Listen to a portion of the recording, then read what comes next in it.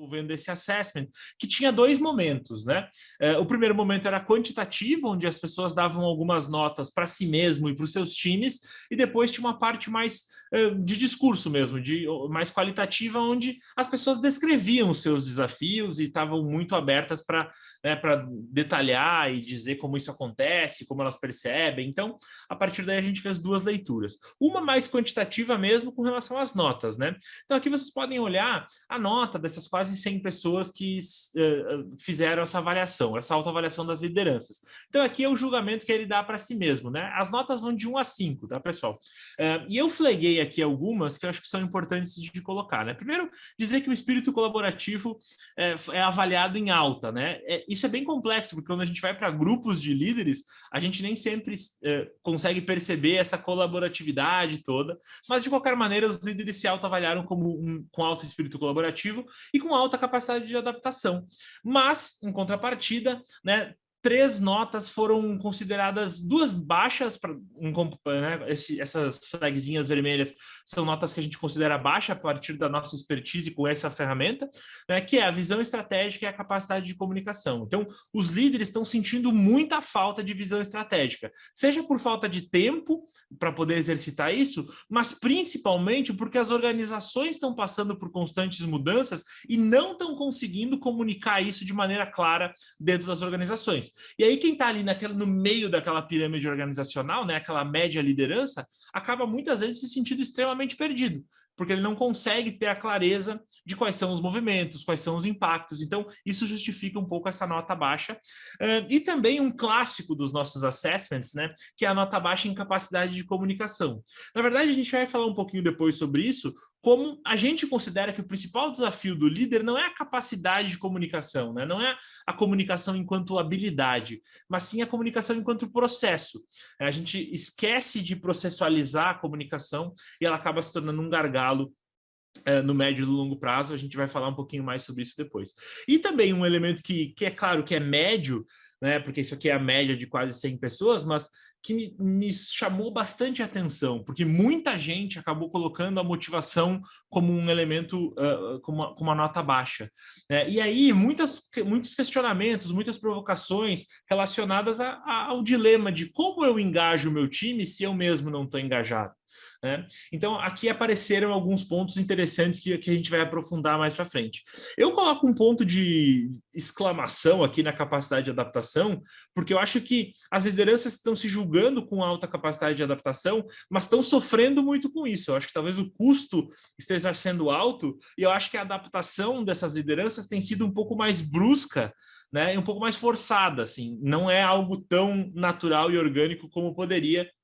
Eu vou trazer algumas ideias que corroboram essa minha opinião. Então, essa nota alta aqui talvez seja um otimismo por parte deles, né, dos líderes, mas com certeza o ser humano é muito adaptável, mas tem um pouquinho de preguiça com a mudança, né? E a gente está vivendo mudanças muito constantes. Eu acho que isso acaba cobrando um preço bastante alto, mas falaremos disso em breve. Quando esses líderes olham para os seus times, né?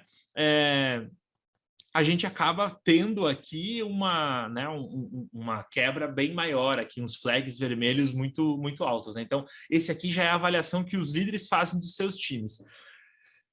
E aqui os principais desafios estão relacionados, é claro, né? O entendimento estratégico continua um gargalo. Se para o líder já era um gargalo, para o time vai ser um gargalo ainda maior.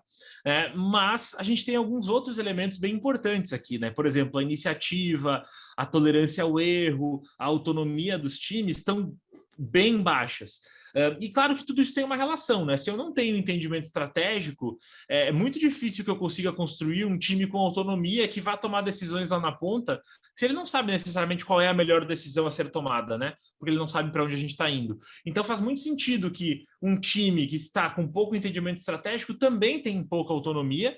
E aí a gente tem esse item da tolerância ao erro, que é algo que também faz muito sentido, né? Se o time não sabe tolerar os seus próprios erros, não consegue lidar com risco, naturalmente ele não vai ter iniciativa, né? Porque, ou seja, se eu não fizer nada, eu não vou errar. Então a gente fica aqui meio congelado.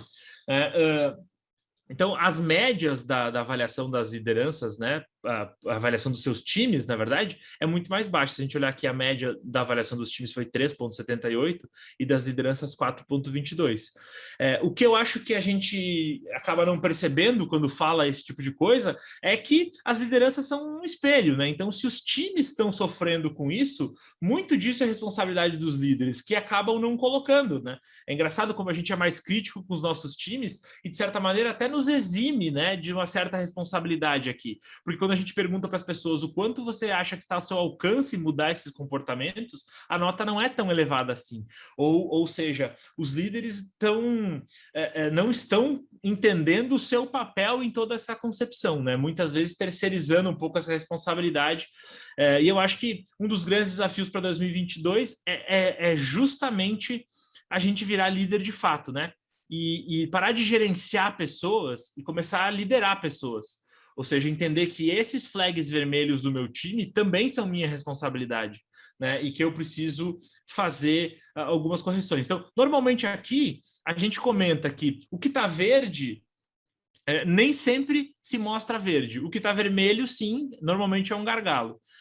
Mas aqui nos times a gente já começa a ver que o líder tende a pesar um pouco a mão nas notas, né? Mas às vezes não percebe que ele mesmo é um dos responsáveis por isso. Então, aqui há uma criticidade dos seus líderes com os seus times, mas nem todos percebem o quanto é papel deles resolver esses problemas. Então, aqui temos os principais desafios. Para o lado do líder, a autoavaliação de que há pouca visão estratégica, há um problema de comunicação e a motivação não está em alta, e a avaliação que seus times têm pouca iniciativa, pouca visão estratégica e pouca tolerância ao erro, que acarreta em pouca autonomia, né? Então, basicamente, esses foram os pontos de destaque aqui.